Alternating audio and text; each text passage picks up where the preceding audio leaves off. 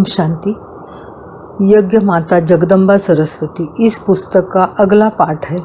जो भी मिला मातेश्वरी से वो बन गया ईश्वर का वारिस।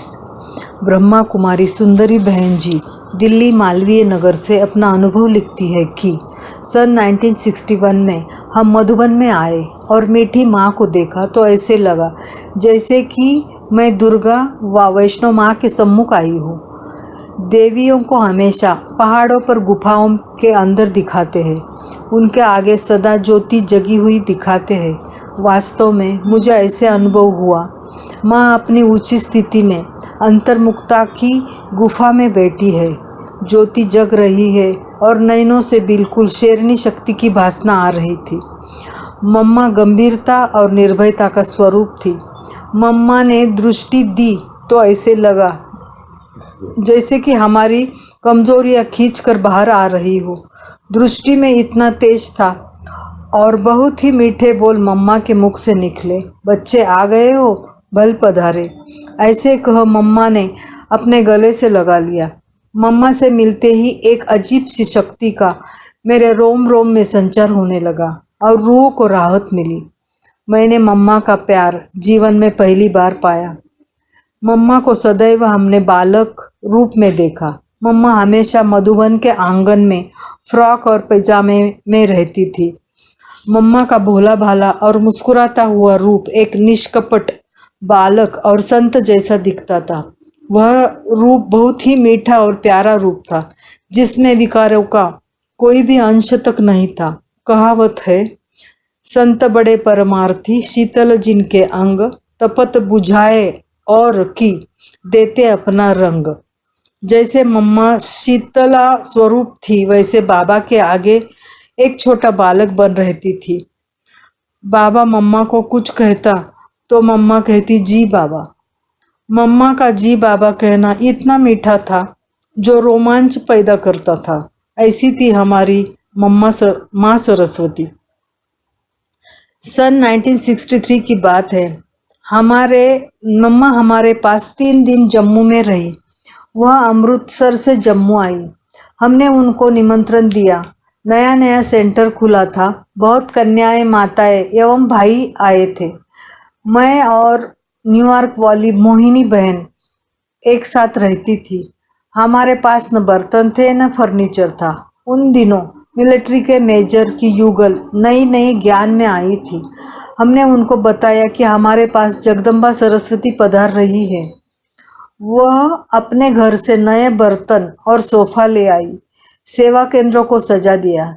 जैसे ही मम्मा ने प्रवेश किया तो मेजर की युगल को मम्मा से जगदम्बा का साक्षात्कार हुआ और वह निहाल हो गई। वो तो बिल्कुल बदल गई। मीठी मम्मा हमारे पास 3 दिन रही। मम्मा की अथक सेवा और मीठी मुरली ने हमें मस्त बना दिया। मम्मा अमृत वेले 2 बजे उठती थी और दिन को 2 बजे तक बाबा की याद और बच्चों की सेवा पर उपस्थित रहती थी। उनके जीवन की धारणाओं से अनेक आत्माओं ने लाभ उठाया और वाह वाह के गीत गाए। मम्मा के जीवन से प्यूरिटी की पर्सनैलिटी झलकती थी और मम्मा साक्षात दिव्य गुणों की मूर्ति थी। 3 दिन में मम्मा से बहुत कुछ सीखा। हमारी खुशी का पारावार नहीं था। अजीब सा नशा चढ़ा हुआ था। तीसरे दिन जब मम्मा की विदाई की घड़ी आई तो हम सब की आंखों से आंसू झलक पड़े। ऐसे लगा कि हम गोपियों के बीच से कृष्ण चला गया। ऐसी थी हमारी मीठी ममता भरी माँ। सन 1963 में ही मीठी जगदम्बा माँ दिल्ली में आई। हम साउथ एक्सटेंशन में रहते थे। एक भाई जो ज्ञान में चलता था वह लखनऊ चला गया था। लखनऊ से वह एक बार दिल्ली में आया था। उसका एक्सीडेंट हो गया था। हमें पता लगा तो हम उससे मिलने गए। वह अपने संबंधी डॉक्टर माथुर जी के पास आया हुआ था। उस भाई ने डॉक्टर माथुर जी से हमारा परिचय कराया। हमने उनको सेंटर पर आने का निमंत्रण दिया। उन्होंने कहा, मैं भगवान को नहीं मानता। वह वैज्ञानिक था। उन्होंने कहा, मेरी पत्नी पूजा करती है रामकृष्ण की, मेरा इन बातों में विश्वास नहीं है। हमने कहा, कोई बात नहीं, कल हमारे पास आबू से मातेश्वरी जी आ रही है, आप उनसे जरूर मिलना। उसने हाँ कर दी। हमने कहा आप दोनों आना। दूसरे दिन मम्मा हमारे पास आई और डॉक्टर माथुर जी भी अपनी पत्नी सहित वहां आ गए। मम्मा से मिलते ही उसने सवाल किया, भगवान कौन है? मम्मा ने फौरन कहा, पॉइंट ऑफ लाइट। उसने कहा, विज्ञान भी यही कहता है कि कोई सोर्स ऑफ एनर्जी है जो विश्व को चलाती है। ये बात उनको जच गई। मम्मा ने कहा, कल से आप कोर्स करना।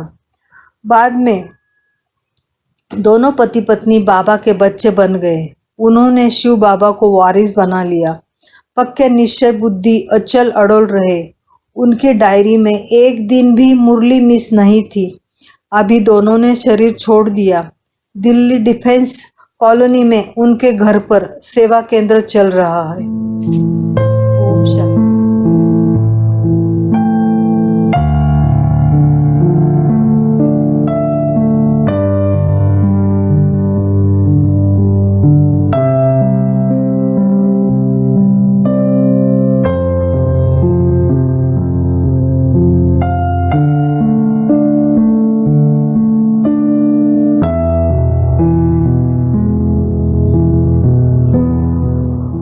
ओम शांति। यज्ञ माता जगदम्बा सरस्वती। इस पुस्तक का अगला पाठ है, मम्मा ने मुझे निर्भय और सच्चा रहना सिखाया। गाजियाबाद से ब्रह्मा कुमारी सुतीश बहन लिखती है कि मेरे माता पिता वैष्णो माता के पुजारी थे। वे हर वर्ष 3-4 बार वैष्णो देवी की यात्रा करने जरूर जाते थे। इस प्रकार घर में भक्ति पूजा का वातावरण था, जिससे शक्ति आराधना के संस्कार मेरे में भी आ गए। मैंने जब होश संभाला तब से मेरी भी आस्था वैष्णो माता में थी। मैं सोचा करती थी कि मैं भी ऐसी देवी बनूं, परंतु कैसे बनूं यह समझ नहीं थी। मैं अपने लौकिक पिताजी से बचपन में पूछा करती थी, क्या मैं भी ऐसी देवी बन सकती हूँ? वे कहते थे, तुम सच्चे दिल से इनकी पूजा किया करो तो ऐसे बन जाओगी। मैं जब अकेली बैठती थी तो मेरे यही विचार चलते थे कि मैं भी देवी बनूंगी। ऐसे ऐसे विचार बहुत अधिक चलते थे। मैंने एक बार स्वप्न में देवी माँ का साक्षात्कार भी किया। मैंने देखा कि एक बहुत सुंदर बड़ा सा कमरा है, उसमें लाल लाइट दिखाई पड़ी तो मैं उस कमरे के अंदर चली गई। वहाँ एक सफ़ेद गद्दी, सफ़ेद बिस्तर और साथ में एक सफ़ेद कुर्सी थी, जिस पर सफ़ेद पोशाक में मम्मा बैठी थी। मैं इनकी तरफ बहुत खुशी से देखते हुए आगे बढ़ने लगी। मम्मा ने मुझे स्नेह भरी दृष्टि दी और प्यार से कहा, तुम यहाँ रहोगी। यह वचन सुनते ही मेरी आंखों में आंसू भर गए। मैं देवी माँ मम्मा की तरफ देखती रही। कुछ समय पश्चात मम्मा ने मेरा हाथ पकड़ा और कहा, बच्ची तुम जल्दी आओगी। इस प्रकार शक्ति स्वरूप स्थिति का साक्षात्कार मैंने किया। वह दृश्य मेरी आंखों में घूमने लगा। मैं मन ही मन माँ को याद करती थी। आखिर वह दिन आ गया। उसके बाद जब पाकिस्तान हिंदुस्तान का बंटवारा हो गया, तब सन 1947 में हम लाहौर से दिल्ली आ गए। उस समय मैं 5वीं कक्षा में पढ़ती थी। हमारा लौकिक परिवार दिल्ली सब्जी मंडी में रहता था। मैंने जो साक्षात्कार में मातेश्वरी जी का रूप देखा था, वही याद आ रहा था। सदा यही आशा रहती थी कि मुझे माँ कब बुलाएगी। इंतज़ार करते करते वह दिन भी आ गया। उस समय मैं 8वीं कक्षा में पढ़ती थी। हमारी गर्मियों की छुट्टियाँ थी। हम सुबह सुबह सैर करने यमुना नदी के किनारे जाते थे। अचानक क्या देखा कि वहाँ पर कुछ सफ़ेद वस्त्रधारी बहनें बैठी है। आध्यात्मिक ज्ञान चर्चा चल रही थी। मैं इनको देखकर वहीं चली गई और सामने बैठ गई। दिल के अंदर इतना आकर्षण होने लगा कि ये मेरी अपनी ही है। दिल करने लगा कि मैं भी इनके पास ही रहने लगूं। फिर इन बहनों को एक धर्मशाला में ठहराया गया, जो हमारे घर के पास ही थी। मैं वहाँ आती जाती रहती थी। एक दिन मैंने इन बहनों के पास कल्प वृक्ष का चित्र देखा जिसमें जगदम्बा माँ तपस्या में बैठी है। यह वही चित्र था जो मैंने पहले साक्षात्कार में देखा था। मैंने बहनों से पूछा कि यह माँ कहाँ है, क्या आप इनको जानते हैं? उन्होंने कहा कि यह हमारी यज्ञ माता है। मुझे बहुत खुशी हुई कि अब मुझे देवी माँ मिलेगी। ऐसे चलते चलते मुझे 3 वर्ष हो गए। मन में जिस प्राप्ति की आशा थी वह दिन भी आ गया। सन 1954 में मम्मा दिल्ली में पधारी। तब तक दिल्ली में कमला नगर सेवा केंद्र खुल गया था। मम्मा उसी सेवा केंद्र पर आई थी। मन बहुत अतीन्द्रिय सुख में झूम रहा था। हम मम्मा के स्वागत के लिए हार गुलदस्ते लिए खड़े थे। जब मम्मा गाड़ी से उतरी तो मैंने मम्मा को माला पहनाई तो मम्मा ने मुझे मेरे नाम से ही पुकारा, सुतीश कैसी हो? उन्होंने कहा, जो चाहती हो मिल गया ना।